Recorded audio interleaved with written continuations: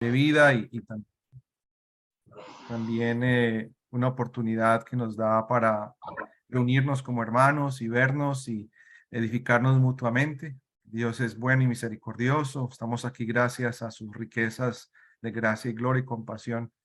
Gracias a nuestro hermano Jesús que me invitó para estar acá en esta noche con ustedes. Gracias, hermano Alejandro, por tus palabras.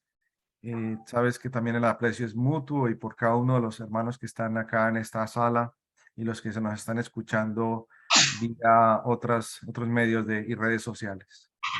Eh, Gracias a Dios por sus bendiciones y es verdad, estamos gozando de una nueva vida en nuestro hogar, una sorpresa de parte de Dios y ha traído mucha alegría, ha traído un rejuvenecimiento, el nacimiento de nuestro hijo y bueno, eh, es una motivación fuerte para continuar adelante. El hermano me preguntó cuál era el tema y creo que hablar de la iglesia nunca está de más, nunca sobra. Pero no quisiera enfocar en el asunto doctrinal, sino en el carácter intrínseco de la iglesia del Nuevo Testamento, especialmente lo que significa para Dios la iglesia y lo que debe significar para nosotros. Yo creo que cada uno de nosotros, si llegamos a darle la importancia que Dios le da a la iglesia, muchas cosas cambiarían. Veríamos las cosas de otra manera, haríamos las cosas de otra manera. Y la iglesia es todo para Dios. Es todo para Dios. Si ustedes se ponen a pensar, la iglesia es el pensamiento más grande que Dios ha tenido, ¿sí?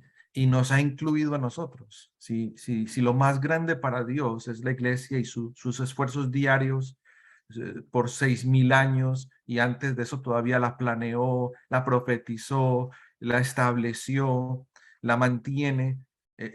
Podemos decir que Dios vive para la iglesia prácticamente. Si nosotros llegáramos a tener tan siquiera un 1% de eso que Dios hace por la iglesia, muchas cosas en realidad cambiarían en la iglesia del Señor y para nosotros como una experiencia personal. Acompáñenme, hermanos, al libro de Efesios en el capítulo 1, versículo 18. Y el tema es la gloria de Dios que está en la iglesia. La gloria de Dios que está en la iglesia. Dice Efesios capítulo 1, versículo 18, alumbrando los ojos de vuestro entendimiento, para que sepáis cuál es la esperanza a que Él os ha llamado y cuáles las riquezas de la gloria de su herencia en los santos. Las riquezas de la gloria de su herencia en los santos. ¿Qué es la gloria de Dios?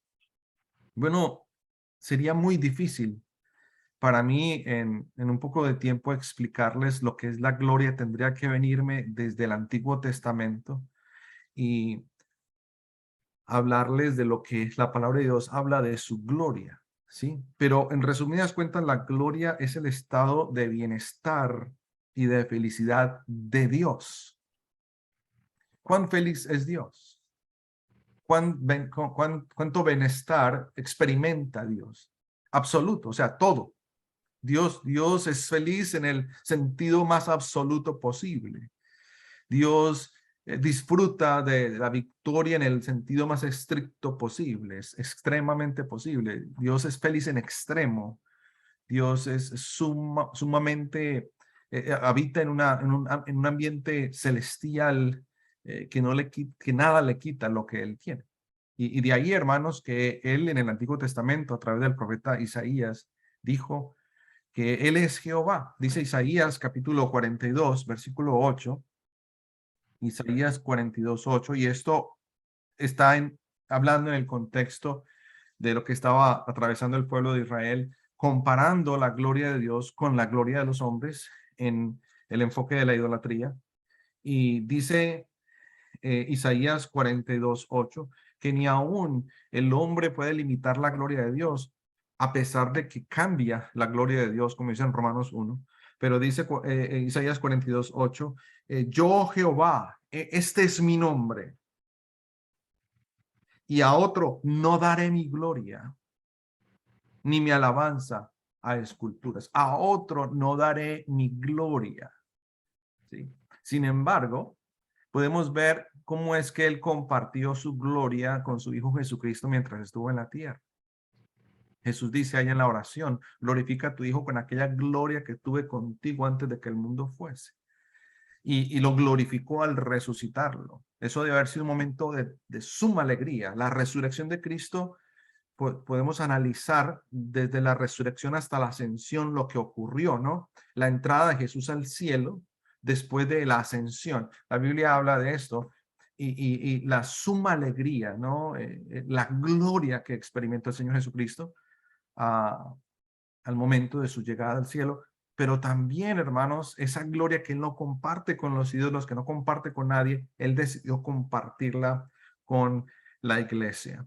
En el contexto, hermanos, del libro de Efesios, no podemos dejar de hablar de una congregación que se inició en la obra misionera del apóstol Pablo. ¿Sí? Vemos allí entonces en Hechos capítulo 19 cómo nace la iglesia de Cristo en Éfeso. Empezó con unos discípulos de Juan, a quien el apóstol Pablo les predicó el evangelio. Vemos cómo el apóstol Pablo estuvo por un espacio de 3 meses predicando en estos lugares. Algunos judíos, algunos exorcistas, algunos empezaron a quejarse. Sin embargo, el apóstol Pablo predicó fuertemente el evangelio, a tanto que muchos brujos, muchos hechiceros se convirtieron y todos los libros de hechicería y de brujería los quemaron y la cuenta y el alto costo fue muy alto. Así inició la iglesia de Cristo en Éfeso, Dios compartiendo su gloria con esta congregación. Luego en Hechos capítulo 20 vemos que el apóstol Pablo regresa, pero no puede llegar propiamente hasta la ciudad. Y en el versículo 17 dice que llegó a Mileto, una ribera, una playa cercana a Éfeso, y allí hizo llamar a los ancianos de la iglesia. Ya la iglesia en Éfeso en poco tiempo tenía ancianos, ¿sí?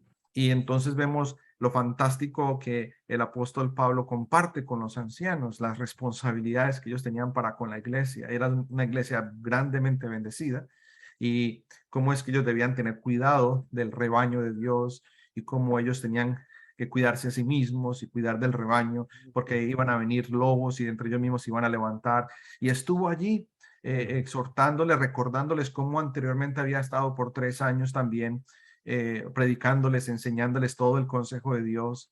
Y luego se fueron a la playa todos y lloraron y se le pusieron en el cuello y le rogaron que se quedara y él no, pues tenía que irse. Especialmente porque les había dicho que no le iban a ver más. Pero también la gran bendición que tuvieron fue de que Pablo envió al evangelista Timoteo a Éfeso.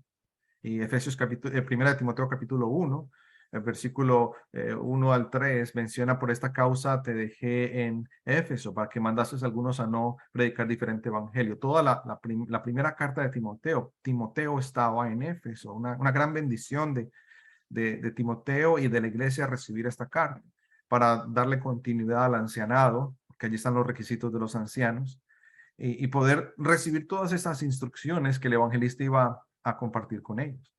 Pero también fueron grandemente bendecidos al recibir una carta de la revelación de Apocalipsis, porque también se les escribe a la iglesia en Éfeso, una iglesia grandemente bendecida. Lamentablemente tuvo un tiempo donde su amor por el Señor ya no era el mismo y por eso se les dice: tengo esto contra ti que has dejado tu primer amor. Entonces, quería de alguna manera que viéramos un contexto de esta congregación, conociéramos esta congregación muy parecida a nuestras congregaciones, un comienzo, un desarrollo, algunas con ancianos, otras no, momentos difíciles donde la obra decae, momentos muy buenos donde tenemos mucho conocimiento, mucha enseñanza, una congregación normal como en las que nosotros somos miembros, Houston, Medellín, y otros lugares donde nos están viendo en esta noche. Ahora, a esta iglesia se le escribe esta carta, la carta de los Efesios, y leímos ahí en el capítulo 1, versículo 18, y cuáles las riquezas, algo que el Señor quiere que sepamos, usted y yo, Dice ahí, alumbrando los ojos de vuestro entendimiento. Y este es el propósito de esta noche, que la palabra de Dios alumbre los ojos de nuestro entendimiento. ¿Para qué? Para que sepáis cuál es la esperanza a la cual Él os ha llamado y además cuáles son las riquezas de la gloria de su herencia en los santos. Usted y yo somos ricos, somos millonarios, somos billonarios en el Señor y con algo mucho, una riqueza mucho más grande que el dinero, una riqueza mucho más grande que el oro, una riqueza mucho más grande que la tierra, una riqueza mucho más grande que cualquier riqueza que se pueda hallar en el mundo, en el universo. Y es la gloria de Dios, la gloria de Dios que es la riqueza más grande que Dios tiene, su gloria, que no la comparte con nadie. Nosotros no compartimos ciertas cosas con ciertas personas porque las apreciamos. Él dijo, no compartiré mi gloria con nadie. Y sin embargo, decidió compartirla con el Señor Jesucristo, decidió compartirla con nosotros, con la iglesia. Ahora, hablemos de eso, hablemos de la gloria de Dios, hablemos de las riquezas de la gloria de Dios. Y vamos al capítulo 1, el versículo 3. Y primeramente, hermanos, la gloria de Dios que está en la iglesia se puede ver a través de las bendiciones espirituales que Él nos ha dado. Dice, bendito sea el Dios y Padre de nuestro Señor Jesucristo, que nos bendijo con toda bendición espiritual en los lugares celestiales en Cristo. Existen dos clases de bendiciones que Dios nos da, las materiales y las espirituales. Las materiales se las da a todo el mundo. Mateo 5:45, Él hace salir su sol sobre justos e injustos, hace llover sobre buenos y malos, Él da alimento, Él da salud. No hay un indicio de que Dios está con uno porque tiene bendiciones espirituales, materiales, porque Dios da bendiciones materiales a todos. Pero la segunda clase de bendición son las bendiciones espirituales. Y si notamos bien en la lectura que hicimos, estas bendiciones están en Cristo. ¿Sí? Son única y exclusivamente en Cristo. ¿Cómo cuáles? Por ejemplo, el versículo 4 dice que somos escogidos en Él. ¿Sí? Yo me acuerdo, hermanos, en la juventud, allá en la niñez, cuando jugábamos un partido de fútbol en el barrio, se escogían los jugadores, ¿no? El del otro equipo, supongamos que yo era uno de los que escogía un equipo y otro amigo escogía su equipo. Y entonces tirábamos a la suerte a ver quién iba a escoger primero. ¿Y a quién escogíamos primero? ¿A quién se escogía? ¿Y a quién se escogía de último, no? Lamentablemente, pues a los considerados más malitos, más gorditos, que se llaman más flaquitos, pero uno escogía al principio el mejor. Dios no hizo la selección así. Dios hizo la selección a través, la predestinación nuestra, la selección nuestra no fue arbitraria, sino que el Señor Jesucristo utilizó, o nuestro Padre Celestial utilizó el Evangelio para escogernos, ¿sí? Ese es el instrumento que Dios utiliza y predica el evangelio, el que lo obedezca. Esa es la manera en que Dios nos conoce, esa es la manera en que Dios nos escoge, pero nos escoge en Cristo. Es una bendición ser escogido en el equipo del Señor. Es una bendición ser escogido en la nación del Señor. Pero también, hermanos, dice el versículo 7, otra bendición espiritual en Cristo, en quien tenemos redención por su sangre. La palabra redención es una palabra que utilizamos constantemente, pero el concepto lo conocemos bien, el rescate, ¿no? El rescate. Cuando uno lleva una prenda, un artículo a una prendería, una casa de empeño, ¿sí? Y uno le dice, bueno, yo necesito empeñar o necesito dinero por este artículo. Y te dicen, bueno, ¿cuánto desea? Yo necesito tanto. Ok, te lo dan, se quedan con el artículo. Después, tú regresas, ¿sí? A 2, 3 meses con el dinero y tal vez los intereses, a rescatar ese artículo que dejaste empeñado en ese lugar. Eso fue lo que hizo el Señor con su sangre. Nos rescató, nos redimió, pagó la deuda que debíamos por causa del pecado, que es la muerte. Y Él pagó esa deuda. La paga del pecado es la muerte. Y la muerte de Cristo pagó el rescate, ¿no? En el cual estábamos nosotros perdidos, estábamos secuestrados a causa de nuestros pecados. En Cristo tenemos esa bendición espiritual. Pero también, hermanos, tenemos el versículo 11, otra bendición espiritual. En Él, asimismo, tuvimos herencia. Qué bonito qué maravillosa experiencia sería recibir una herencia, ¿no? Una tía por allá que no conocíamos, que no tenía a quién dejarle. Resulta que viene el abogado y nos dice, ¿sabes qué? Murió tu tía y entonces hay una casa, hay un carro, hay un dinero en el banco. Todo eso es tuyo. ¿Cómo nos sentimos? Nos sentimos muy bien, nos sentimos muy felices. Esa persona participó de sus riquezas con nosotros para que nosotros las disfrutemos sin ninguna condición, ¿sí? Dios participó su herencia, la herencia de Cristo, porque nosotros somos coherederos con Cristo y miembros de la familia de Dios. Él participó de su herencia con nosotros, la vida eterna, el gozo eterno, la justicia eterna, el amor eterno, el cuidado eterno, porque no solamente decir vamos al cielo, pero ¿qué vamos a hacer en el cielo? Vamos a estar felices, vamos a estar de una manera que nunca hemos estado acá. Si aquí en esta tierra hemos estado felices, si en esta tierra hemos comido bien, si en esta tierra hemos visitado buenos lugares, si aquí hay lugares de los cuales es difícil desprenderse, imagínese allá, ¿sí? Que es eterno y que es mucho más grandioso, inigualablemente, ¿no? No hay nada que se compare en esta tierra con lo que vamos a vivir. Esa es una herencia que el Señor nos ha dado, no lo merecemos, ¿sí? Pero Él por amor a su Hijo Jesucristo, porque Él la compartió con su Hijo Jesucristo, le dio su herencia a Él, y ahora nosotros somos coherederos con Cristo. Ahí en el capítulo, ¿sí? Capítulo 2, podemos leer sobre esta herencia. Pero sigamos adelante, hermanos, porque el tema de la gloria de Dios está en la iglesia, es largo y hay muchas cosas más para decir. Otra de las maneras en que el Señor ha compartido su gloria con la iglesia es al darnos entendimiento de la esperanza. En el capítulo 1, versículos 17 y 18 dice, Efesios 1, 17 y 18, para que el Dios de nuestro Señor Jesucristo, el Padre de gloria, os dé espíritu de sabiduría y de revelación en el conocimiento de él, alumbrando los ojos de vuestro entendimiento, para que sepáis cuál es la esperanza a que él os ha llamado y cuáles las riquezas de la gloria de su herencia en los santos. Hermanos, entender el propósito eterno de Dios en Cristo Jesús en la iglesia, entender lo que significa el evangelio, su impacto en nosotros, su representación en el bautismo, entender cómo es que la iglesia de Cristo es el reino de Dios ahora, entender la adoración cristiana en espíritu y en verdad, entender la organización bíblica como aquella forma en que Dios perfecciona a los santos para la obra del ministerio, entender la esperanza, la escatología que nos espera, ¿no? Porque dice ahí la esperanza, entender nuestra condición celestial después de la resurrección, nuestra condición y nuestro estado al lado del Señor, todo lo que la palabra de Dios habla de nuestra esperanza, lo que nos motiva a seguir adelante, ¿no?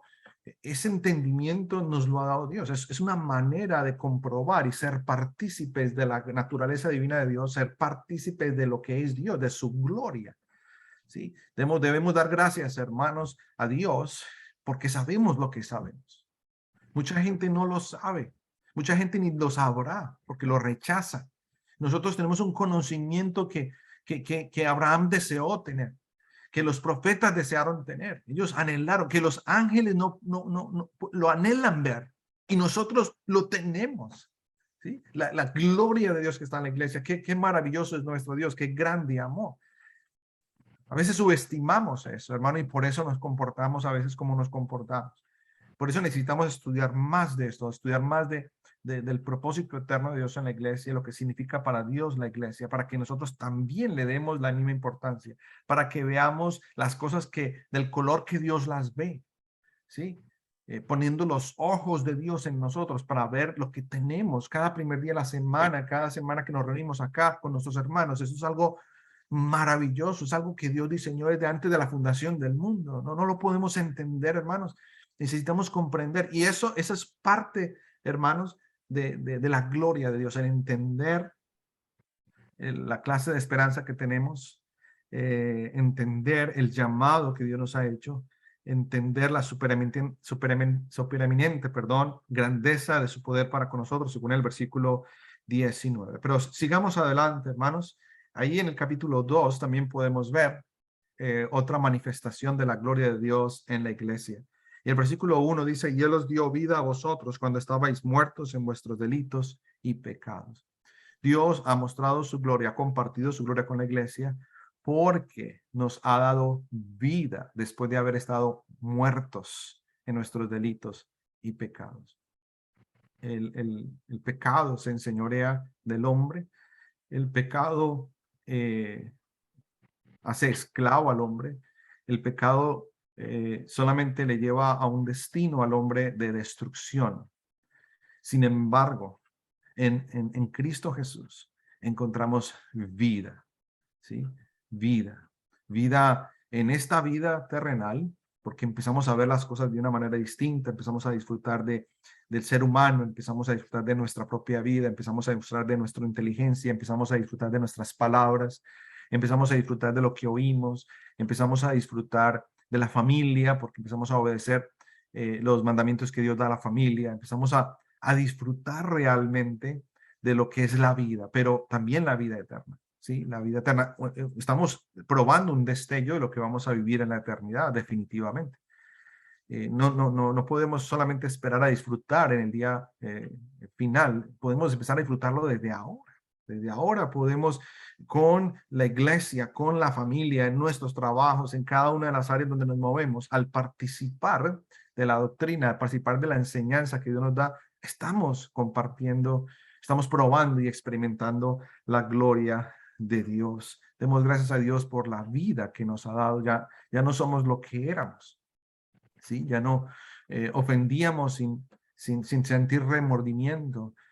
Ya nos importa el ser humano, nos importa las mujeres, nos importan los hombres, nos importan los niños, nos importan los padres. Eso es gracias a que Dios ha compartido su gloria con la iglesia. Pero también, hermano, otra manifestación de la gloria de Dios en la iglesia es lo que dice en el capítulo 2, versículos 14 y 15. Dice, porque Él es nuestra paz, que de ambos pueblos hizo uno, derribando la pared intermedia de separación, aboliendo en su carne las enemistades, la ley de los mandamientos expresados en ordenanzas, para crear en sí mismo de los dos un solo y nuevo hombre, haciendo la paz. ¿Quién no quiere vivir en paz? ¿Sí? ¿Quién no quiere la paz? Pero no una paz como el mundo la da. El mundo da una paz con condiciones humanas, con beneficios. Dios nos ha dado la posibilidad en la iglesia de reconciliarnos con Él y reconciliarnos entre nosotros. Podemos hallar un lugar donde podemos mirarnos a los ojos los unos a los otros. Ninguno es más grande que otro, ninguno es más importante que otro.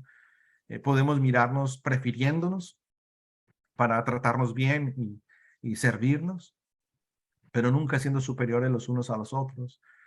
Podemos encontrar paz en momentos donde nos ofendemos, donde por ahí nos criticamos con destrucción, y podemos pedir perdón, podemos reconocer nuestras faltas, podemos humillarnos, podemos tener paz. El mandamiento del Señor, en cuanto dependa de vosotros, estad en paz con todos los hombres. Bienaventurados los pacificadores, porque ellos serán llamados hijos de Dios. La paz es parte de la gloria de Dios que Él ha compartido con nosotros. Dios vive en paz, Él es el Dios de toda paz, dice también en Filipenses, ¿no? Guarda nuestros corazones y nuestros pensamientos en Cristo Jesús. La paz es otra manifestación de la gloria de Dios que Él ha compartido con su iglesia. Pero también en el capítulo 3, versículo 6, leemos. Capítulo 3, versículo 6, sí. Dice que los gentiles son coherederos y miembros del mismo cuerpo y copartícipes de la promesa en Cristo Jesús por medio del evangelio. Hermano, Dios ha compartido su gloria con la iglesia en el sentido de la integración de las razas, en el sentido de la integración de los seres humanos. Todos los seres humanos, todas las naciones. El evangelio fue mandado a predicar a todas las naciones, ¿sí? En Cristo Jesús, esclavos, libres, hombres, mujeres, gentiles, judíos, ricos, pobres, de cualquier raza, de cualquier estado social, clase social, son tienen la posibilidad de ser coherederos y miembros del mismo cuerpo. En la iglesia encontramos unidad, encontramos integración, podemos comernos unas arepitas juntos, podemos comer unos taquitos juntos, podemos disfrutar de un momento de oración y de canto, podemos celebrar, podemos orar unos a los otros cuando estamos enfermos, cuando tenemos una crisis familiar. Hay una integración. Dios nos ha hecho una familia, ¿sí?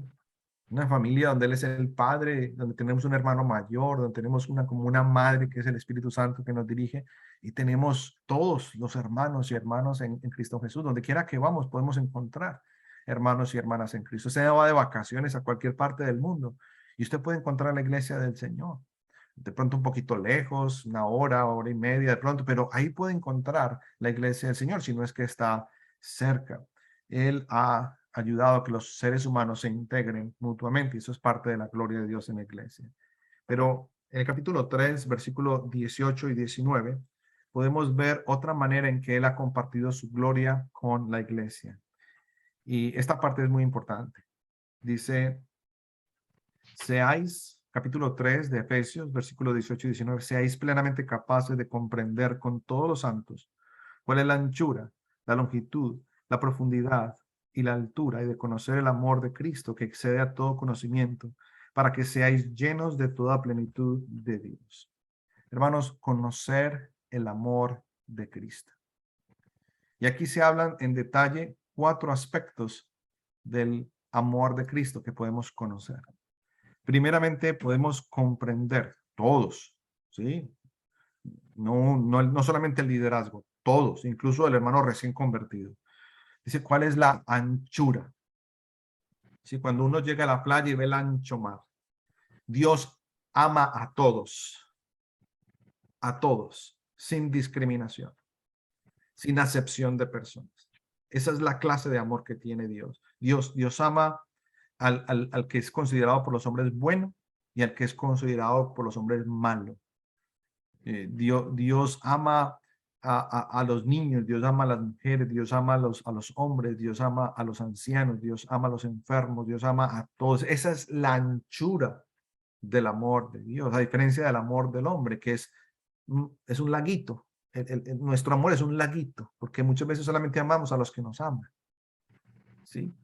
Pero Dios no, aunque las personas no aman a Dios, Él las ama. Y todos los días les da aire, y todos los días les da comida, y todos los días le da agua, y todos los días le da la oportunidad de arrepentirse, aprender el evangelio. Nadie en el día del juicio final se va a poder quejar del amor de Dios, porque Dios ha hecho lo divinamente posible para salvarnos a todos, hermanos. Y déjenme decirles que, hermano, el que se condene, bien merecido lo tiene. Y suena cruel eso, hermano, pero es que Dios ha hecho lo divinamente posible para salvar a la humanidad. El que se condena es porque quiso. Es porque no quiso recibir el amor de Dios, porque Dios se lo dio a todos. A todo el mundo Dios le dio su amor. Pero también dice aquí que conozcamos la anchura y luego dice la longitud. ¿Sí? Estamos hablando de una línea. El amor de Dios no fluctúa. El amor de Dios no cambia. El amor de Dios es siempre, permanece. ¿Sí?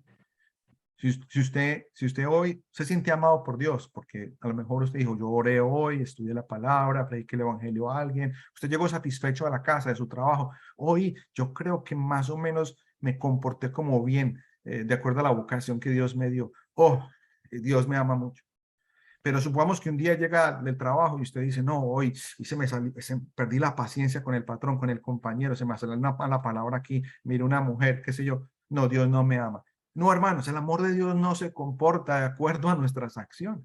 Obviamente exige de nosotros perfección, exige de nosotros compromiso, pero Dios nos sigue amando. Si le pedimos perdón, arrepentidos, Él nos va a perdonar.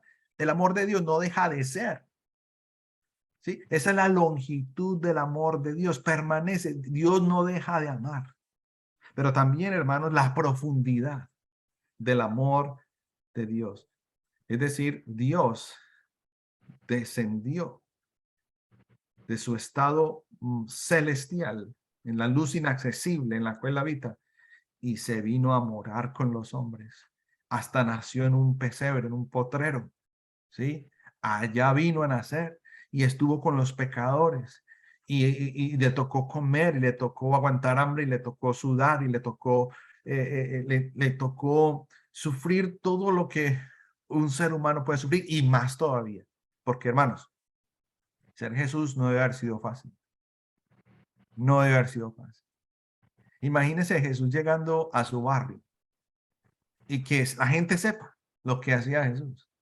Se sale todo el mundo de las casas, lo rodean, le hablan, le tocan, imagínese cómo debe haber sido.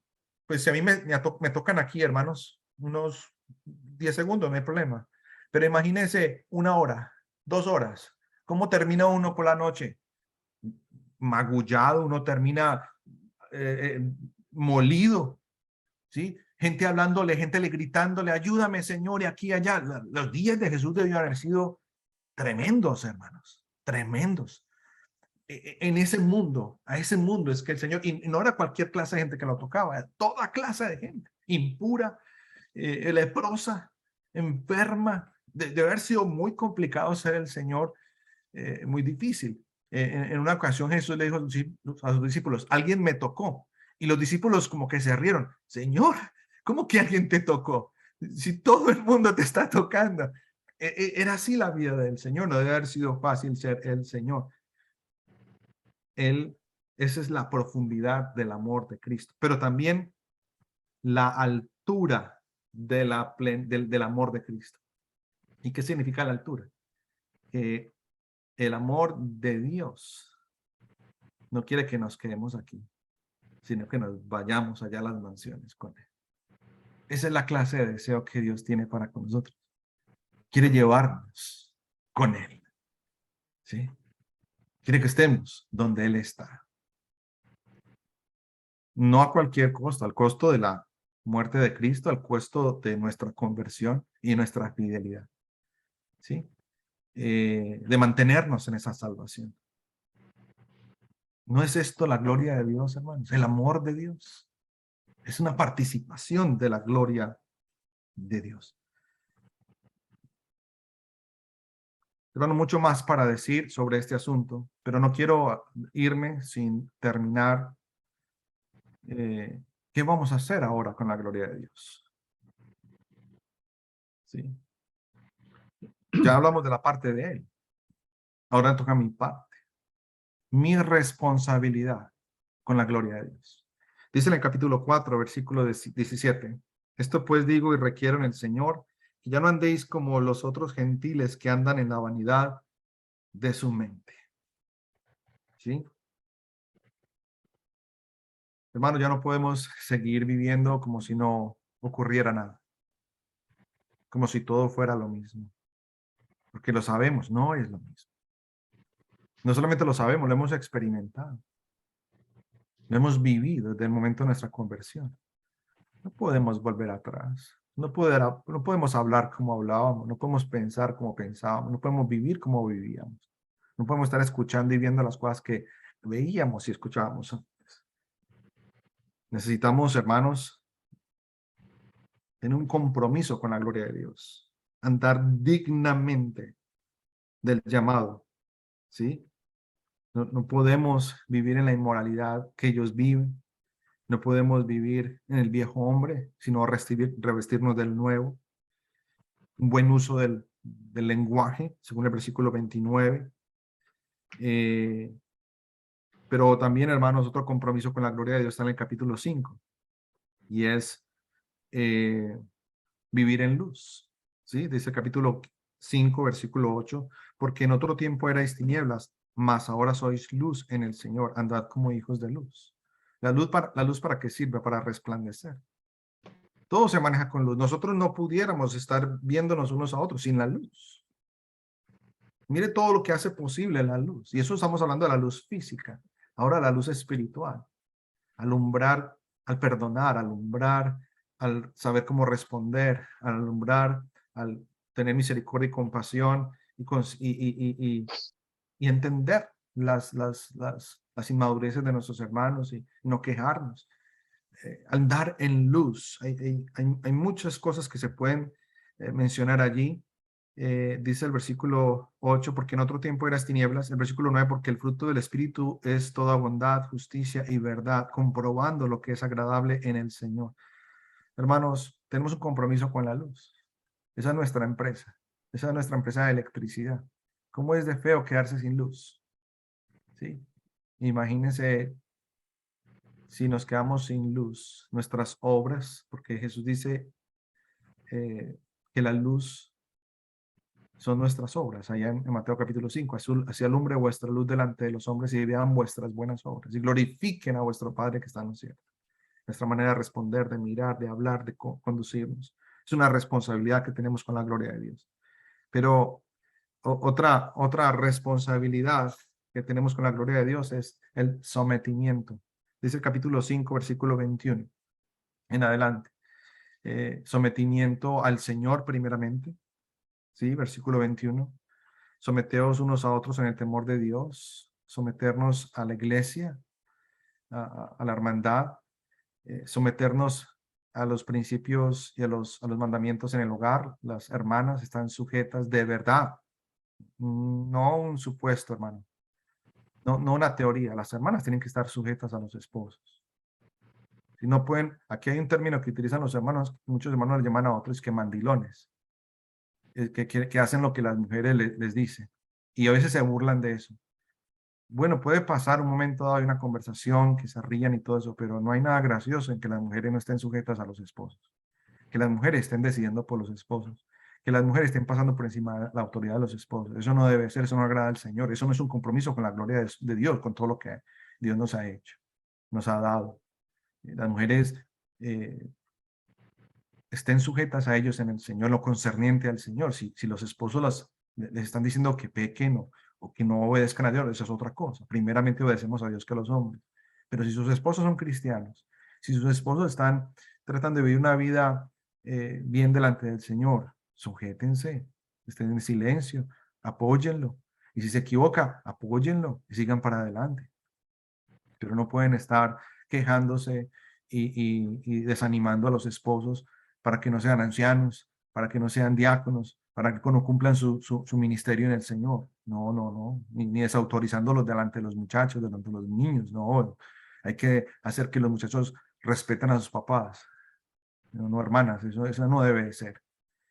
Hay que cambiar eso, hay que arrepentirse y empezar a ser las mujeres que Dios quiere que ustedes sean, pero también los maridos tienen que ser líderes de las esposas, tienen que amarlas como Cristo amó a la iglesia y se entregó a sí mismo por ella. Debemos estar dispuestas a morir por ellas, ¿sí?